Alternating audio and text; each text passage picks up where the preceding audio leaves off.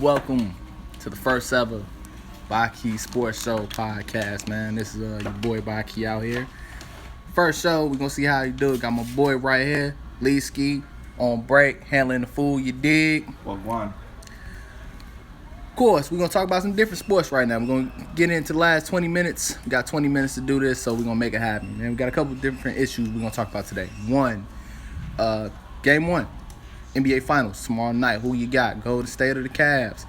Your boy, me, I say Warriors in 7.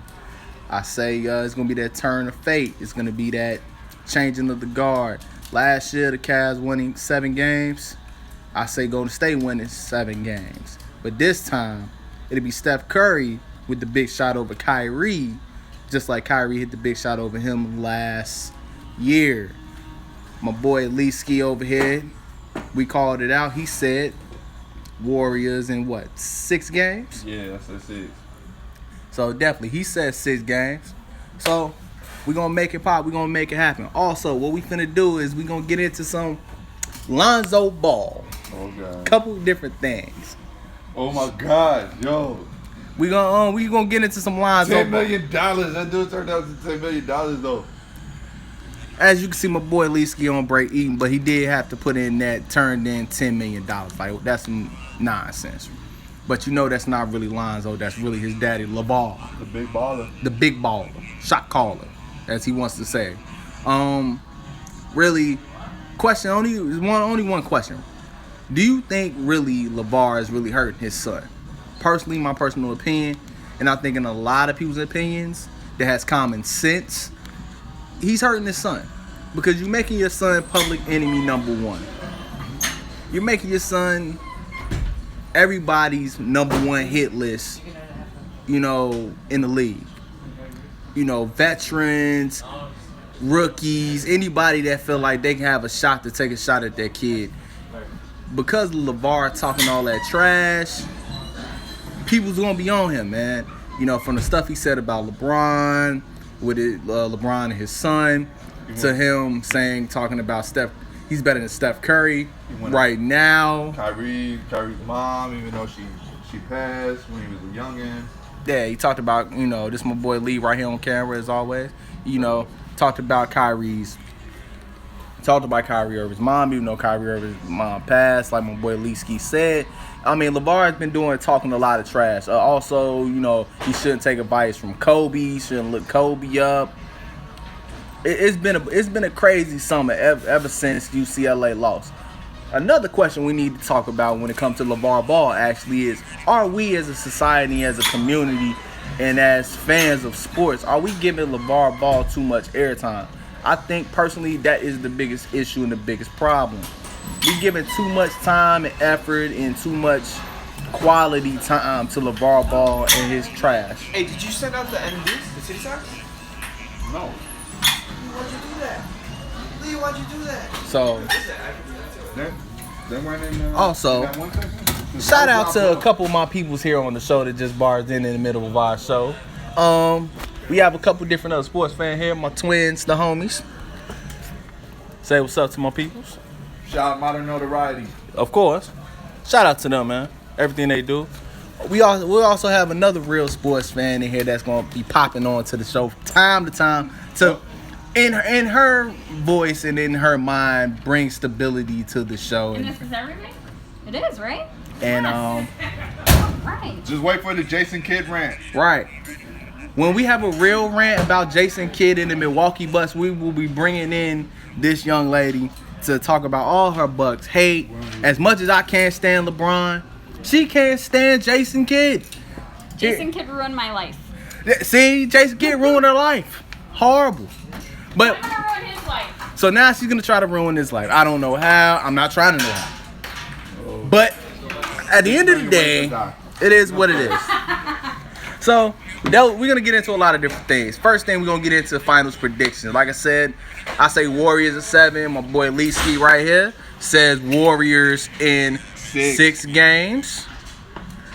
The twins here that you just seen on, one of the twins here said Cavs in 6. Andrea says Warriors in 6. Warriors in 6. So we getting a lot of mixed reviews around here. A lot of people are picking the Warriors. A lot of people are picking the Cavs. There's a little 50-50 going on around What here. size? They still want to know there? Yeah. Also, let me I know all the interviews. let me give a shout out to a couple other different peoples, man, that supported the Baqi rants or podcast shows. All these people that's popping in behind Let here. me tell you right now, the Warriors gonna choke again. That's what this guy says. That's daily. That's what this guy says. All these people, okay. Also, here's my boy Alex, always putting in work as always. So all these people are gonna be on the show from time to time. You know what I'm saying? Also, matter of fact, let me get my boy Matt in here because always got to shout out to all the peoples. 11 and a half. Everybody's gonna be in this show at some point, Hallelujah. talking about sports. Packets for everyone. So Took like 5 minutes. it is what it is. It is what it is. So, as you can see, the best thing that's going to be happening on this little sports podcast is everything's random. Like, you're going to see random people talking about random different subjects popping in and out of here. But our main goal is going to always be brought back to sports. What we talking about. So, like I said, first subject we talking about is who's going to win. You've heard a lot of people talk about who's going to win. Yeah, a lot And of who's women. gonna, how many games. I'm gonna admit it now. I am not a LeBron fan. Now, I'm not one of those LeBron haters. There's a lot of people try to classify me as. But I'm not that. Personally, I'm a huge Bulls fan. One, I might have this Rockets jersey on, but I'm a fan of James Harden. But I'm a Bulls fan. I'm a Jordan fan as a player. So Why is he not wearing pants? to see why. Come on. To see people talk about LeBron James in the same breath as Michael Jordan is ridiculous to me. Not saying that LeBron is not a great player, is not saying that LeBron is not going to be on the Mount Rushmore of NBA legends. He's going to be. LeBron James, let's get that out front on Front Street. LeBron James will be one of the top players to ever play the game. He's going to be one of the greatest of all time. He's going to be on the Mount Rushmore with Jordan and Kobe and Magic and Bird and Kareem and Will and Bill Russell and all the other greats that's on the Mount Rushmore. He's going to be there. But this notion that he's going to top Michael Jordan as the greatest player of all time is a problem to me. And the reason why it's a problem is because they don't play the same game. They didn't play, obviously, in the same era. And most importantly of all, the ways that LeBron had to win titles is not the same way that Jordan won titles. Jordan played with one team majority of his whole career. Yes, he played with the Wizards for the last couple years, so we take that into consideration because that's a part of his career. But for the most part, at the height of his powers, he was a Chicago Bull. He won all his rings with the Chicago Bulls. Michael Jordan never went anywhere to get a ring. He felt like he could win a ring where he was. LeBron James, a lot of people called the man a championship chaser for the longest time. He was a championship chaser. He was a guy that had to team up with two other Hall of Famers to win a championship. And then teamed up with two other young, soon-to-be Hall of Famers, but at best right now, superstar-type players in Kyrie Irving and Kevin Love in his second go-round with Cleveland. One thing about LeBron is this. LeBron always goes places or does things to put himself in the best position to succeed. And I'm not saying there's nothing wrong with that. But at the same time and same token, Michael Jordan never had to go anywhere. Michael Jordan was success. Michael Jordan was the standard. Michael Jordan was the greatest player of all time. He was the one who decided what happens and what doesn't happen. What players come, what players go. He was the measuring stick. Everybody measured up to him. Everyone looked up to him. Hell, there was a bunch of players in the league who feared Michael Jordan. Other than people who suck up to LeBron, no one follows him. There's not a player currently in the NBA that looks at LeBron and really honestly says they fear him like they feared Michael Jordan. No one really fears LeBron James. LeBron James had to learn how to be clutch. He had to learn how to be a clutch guy. Michael Jordan was clutch from day one. Michael Jordan was willing to take the game-winning shot from day one. Oh. Michael Jordan wanted to be the man, wanted to be the greatest from day one. Talk to him. So the notion that LeBron James is going to be the greatest of all time after he's lost multiple times in the NBA Finals is ridiculous. It's a ridiculous argument. Because they don't play the same type of game. 2, the stats and the records say that Michael Jordan will be better. And 3, the way that the game is played nowadays leads you to believe that Michael Jordan is better. Let's be honest and let's be real, y'all.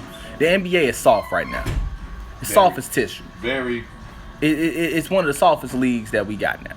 And it's sad to say that because I grew up NBA, NBC, Ahmad Rashad on the Comcast, you know, Marv Albert, those guys. I grew up Bulls, Knicks. It was wars. Bulls, Pistons. It was wars. I mean, bruises, blood out there. I mean, nowadays in the NBA, if you get a damn hangnail, you out for 2 weeks. Facts. I mean, flopping has become a tactic to get an advantage in a game now. And who's the king of that? As my boy Lee will always attest to. Who is the queen, the king of flopping? King James. Which brings us all the way back around to our major point. LeBron James. Here's this guy. LeBron James is the best player in this era. He's the leader of this era. He's the leader of the flopping. He's the leader of the crying, the pissing, the moaning, and complaining about calls and complaining about everything. Now, let's not sit there and say Mike didn't complain about calls. Yes, Michael Jordan complained about calls. That's not being honest, that he did complain about calls. But at the same time, the same token, Michael Jordan never flopped. You never seen Michael Jordan run down the court and then fall down like he passed out or had a heart attack on the court. LeBron James just did that recently this season. If everybody remembers the Draymond Green incident, not the incident from the finals last year, which was complete BS that he got suspended on. No, just this past season. They were on a fast break. I think the Cavs got a steal. LeBron is bringing the ball up the court. Draymond Green's on the side of him. And literally, really nudges him. Not even a full bump. And LeBron falls like he got shot in the back. And he's like holding his face and it's like he's dying on the court. And it's like, come on, dude. You're 6'9", 275. You're Karl Malone with Allen Iverson speed. Like, can't nobody really take you out like that. It was complete flopping. But did LeBron get fined for that? No fine. Did LeBron James get suspended for that? No suspension. You know why? Because he's the best player in this era. And this is the softest era of the NBA. So he's the king of the soft era. That's what everybody doesn't want to admit. He's the king of the softest era in NBA history. But if anyone says that, it's an insult. Or Or you hate it. you're a hater. Or And you can't appreciate greatness. Right. LeBron is the best player in the NBA. Even though obviously he didn't hear that I just said that multiple times. But LeBron James the best player of the soft era of the NBA. He's soft. But Alright, I got it. that's enough on LeBron right now, because we'll see what he does in the finals. Because the only way he can continue this even argument of being as good as Michael Jordan is he has to win another title. So the Warriors, if the Warriors win, this will be another shot to take down this whole notion that Michael Jordan, LeBron James are just as good as of each other. Now, let's get to another subject. We got a couple minutes left here on this show. I know it's pretty quick. We're only, coming up on 16 minutes in. This LeVar Ball situation. Man, oh man. I have a son. Okay, if my son ever decides to play basketball and becomes good enough to make it to college and get a free education and get the blessing of playing in the NBA, I will not act like this man's father. Now, I preface my comments by saying I'm not sitting up here saying that he's a bad father. I'm not sitting up here saying that LeVar Ball doesn't want what's best for his kids. I'm not saying that anything. But what I am saying is this. The bloviating, the trash talk that this man continues to say, the checks that this man continues to write that his son has to cash in the league, by the way, is ridiculous. From selling a shoe for $495 to telling people Lonzo should take advice from Kobe to, talking about LeBron James' son and that his son is better than Steph Curry right now, which is all ridiculous. To one of the most ridiculous statements that this man ever said, that LeVar Ball says he's better than Michael Jordan. He could beat Michael Jordan one-on-one, which is ridiculous. No dude that averaged 2.2 points a game in college can beat Michael Jordan in one-on-one. That's not even, let's be honest, man. Let's be real. It's not happening. But I know what he's doing. I understand what he's doing. He's trying to bring attention to himself. He's trying to bring attention to his big baller brand. So by saying outlandish things, he's bringing attention to his son and his brand. Now, obviously, this is everything that we're talking about, everything what everyone's saying is irrelevant if his son goes into the league and ball. No pun intended. If his son goes in and fulfills all the prophecies that his dad is bringing down, then by all means. It's just hard to believe that Lonzo Ball is going to fulfill all these prophecies going up against the top players in the world. And that the fact that his dad continues to insult some of the higher-ups in the NBA, some of the top players in the NBA, the LeBron James, the Stephen Currys, the Kyrie Irvings, so forth and so on, it's ridiculous. Like, Lonzo, at some point, Lonzo's going to become his own man.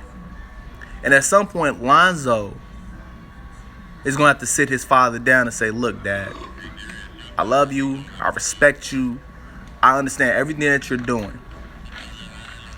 But you have to fall back at some point. Costing me money. You're costing me, not just costing me money, but you're bringing attention, negative attention that I do not need. At some point, Lonzo is going to have to man up and speak up to his father. Not in a disrespectful manner or disrespectful tone, but in the sense of, look, Dad, I appreciate everything that you've done for me my whole life. I appreciate you getting me to this point. But at the same time and same token, I cannot let you negatively affect my career. Because now this is what Lonzo's into. Lonzo is into a career. Lonzo's in a career now. You know? And This ain't UCLA no more. This ain't high school ball anymore. This is not your hometown of LA, even though he's probably going to get drafted by the Lakers. But you're playing up against grown men now. And your dad can't defend you when you insult grown men in the NBA. Grown men with families. Grown men who have kids that's either playing high school ball right now. Or elementary school ball or any of those things. This is Katrina, my podcast. Sir, So, I got $1. first of all, as you can see, this is a sports podcast, and my coworker Katrina is flashing $1, of course. A buck. But back to the topic.